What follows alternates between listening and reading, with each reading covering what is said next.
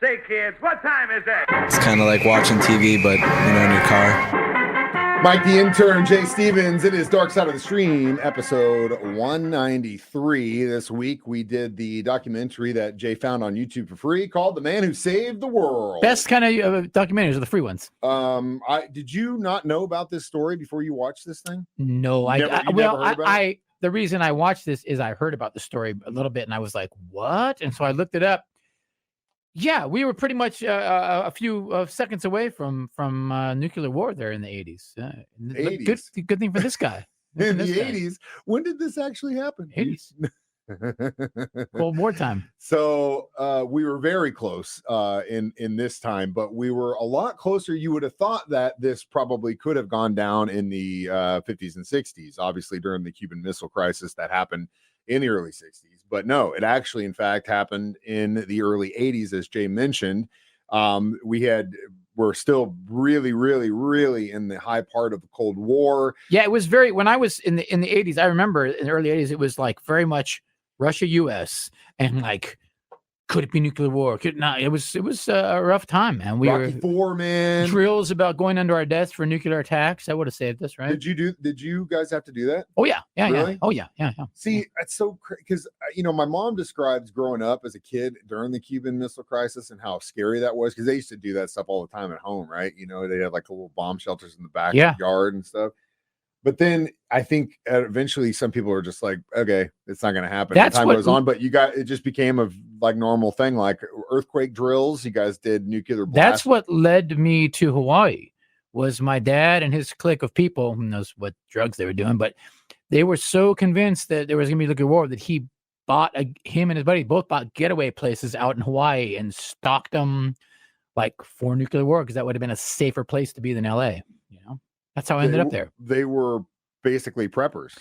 Yeah, we had a lot of food. I mean, it wasn't really preppers to sort of say like that, but it was a big compound and lots of food in the cupboards downstairs in this room. And we had secret passages between the bedrooms. Like it was a trip for sure, man. And he was a Hollywood. My dad was a Hollywood, but at the same player. time, like as a kid, that's got to be scary as hell because you see your parents and you're like, they're freaking out about this. Should I be freaking out about this? Because you don't understand as a child, like the scope of what they're actually freaking out about. I was, going into 9th grade. So, maybe you did, maybe you didn't, but golly, that's insane. Well, anyway, it almost happened.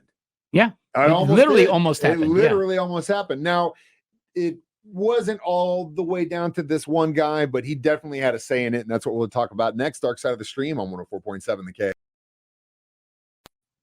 Mike the Intern, Jay Stevens in the studio. Dark Side of the Stream, episode 193 this week. The Man Who Saved the World, which tells a story about a guy who worked for the early warning system the Soviets had. Was he like a commander or a sergeant or something? Something like that. He Sergei Petrov or something like that. Again, Stanislav Petrov. Stanislav Petrov. God, there's no way I could shout out to that guy. Shout out to that guy for saving the world, for being extremely confusing, but also very much like the English language. Anyway, so he basically he's on this warning system, and with anything there are errors, and he starts seeing all kinds of things popping up saying that they're getting attacked. But incoming missile, another incoming missile, another incoming missile. Now, he was not the one with his finger on the button. Okay. Now, a lot of people think, yes, he was the one that made the decision He made the decision, right? Hey, guys, wait a minute. Because had it been some dude like, let's talk, maybe Dr. Strangelove, who was just ready for war. Yeah, or some guy freaked out and scared. We got to act. Yeah. We got to respond now. Yeah. Thankfully, they had the right guy in the position. And I'm sure, like amazing, man. I'm sure this, because again, we're talking about the Soviets. We're in America, so we don't know for exactly. But I would hope and pray that other governments have the wherewithal to put people in those positions that are cool-headed, that are extremely cool-headed, that can look at the whole picture, that can just deal with that stress. Because I mean, you're talking about being put in a position where you have to make a decision in seconds to end civilization, really. Yeah, and to say, my home country is getting bombed. This is it. I'm going to be the one that decides this. Not the job I want, that's for sure. And thankfully, when that came, he was the one to tell his superiors in Russia, hey, guys, hold up, chill out. You would think, too, being in that position, that he'd also have to consider the fact that if he was not right, he would be punished for not being right. Well, they'd be all dead, Well, again, that's true. Interestingly enough, this is actually part of one of the stories in the Three Body Problem trilogy. Oh, really? Yeah. Without giving it away completely. Don't give it away. One of the ways that we come up with the way to defend ourselves against the extraterrestrial threat is what they call wall facers. And so across the world, they pick, I think it was like 5 to 7, I can't remember, in fact, where these people are given full power to do what is or whatever they want to do, because the aliens can't read our thoughts, right? So they can use whatever resources they want for whatever ends they want to try and trick these aliens into our plan to defend ourselves, right? Oh, man. And so that's in a few years. That'll be the documentary watch in a few years. It comes down to the point where a select few, or at least one, has to make that decision in regards to humanity, whether or not we act or don't act, and what that means, and what they have to do based off of that decision. Because, again, if that threat kind of exists like it did with this guy, someone's going to be put in that position. Yeah. Eventually. Whether it's to act or not act, hopefully, again, the right person is put in that position. And in this case, we can all thank, because I would have been 1 year old when this happened. But it really screwed up this dude's life. It kind of did. And he didn't really have as good of a story as you think he did post. No, you would think he'd be a hero, man. Well, yeah. We'll talk more about this. Personally, it screwed him up personally. Yeah, and we'll talk more about that next when we return. Dark Side of the Stream, episode 193 on 104.7 The Mike, the intern, Jay Stevens, back in the studio. Dark Side of the Stream, episode 193, discussing the man who saved the world. So, inevitably, this guy says he sees all these things on the radar, and this whole documentary is literally over like a 5-minute incident, it's which is crazy. They filmed it very stressful. I was sweating and stressing the way they shot it. Did a good job. They really made you feel like you were there, man. Whew.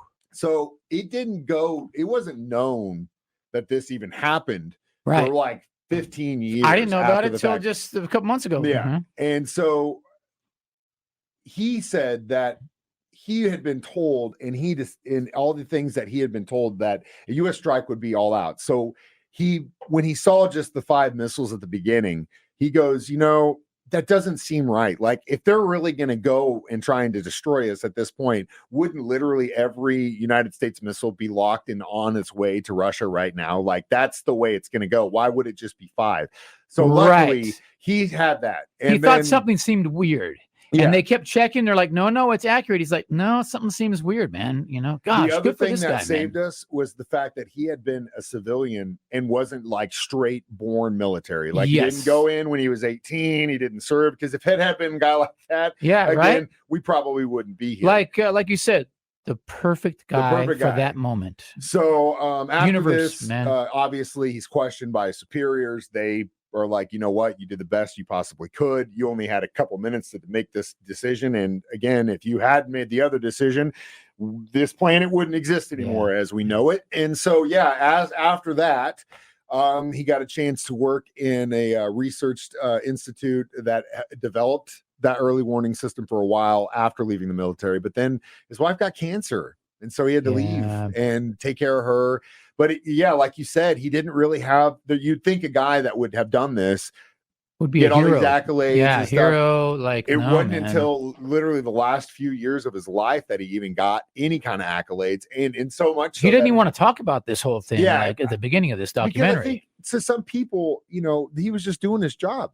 And he did his job right, and he just happened to be the one that did it. I'm sure there are countless others across the world and in time have had this same decision to make. Yeah, and we'll never know about it. You know what I mean? That's probably even more scary than this one situation. I guarantee you there are guys in the government that are like, oh, you think that's crazy? We had to do this, 15 times. So it's like, oh, it sucks so bad. Oh, man. Scary. I'm glad I don't have to watch that stuff. But he just said that he was just the right person at the right time. And his wife didn't really even know anything about it, and he's just a guy. So and one of the cool things I thought, though, was that he did get a chance to tour one of the Minutemen's sites. Yeah, they brought him out to see, which I thought was cool, man. And then because, you know, from a guy that, you know, was involved in the Cold War with all this stuff going on, he was like, "Oh my God, I can't believe I'm." You got to see cowboys and stuff. Yeah, it was nice. It was nice, man. It wasn't all bad, but thanks to you, Mr. Petrov, for saving our butts. We'll come back with this review next. Dark Side of the Stream on 104.7 The K. Mike the Intern, Jay Stevens back one more time. Dark Side of the Stream, episode 193. So, how many red buttons would you give this documentary? A 4. It was a good story. Yeah, good story. It was shot really well. Give you some stress and make you sweat, to relive that moment. And a great story. I never knew, man. You know, again, shout out to this guy. Watching this, even though I knew this story and had known the story for a while, that's the thing that came across my mind was, dude, this is the one we know about. Yeah. How many times did this happen that we don't know about it? Thank God the aliens are watching and make sure that's not happening. Maybe that's what happened. Maybe he was going to press a red button and ET kind of reprogrammed his brain, and that's probed him a little bit. Hang on, pause. Let's probe this guy. Men in Black stuff, hopefully. Dude. Yeah, maybe. Well, thanks for watching our back, Grays. Either way, next week it's my pick. We're going to do the documentary on HBO. It's called Wild Odd Space, about the tech companies trying to get the low Earth orbit. Elon and all those guys, Jeff Bezos. Those guys are all spending a lot of money, man, to get us up there. Control it. It's going to be interesting. But yeah, so we're going to get a little techie for next week. As always, you can watch us do these live on Facebook or YouTube at 9 a.m. every Thursday.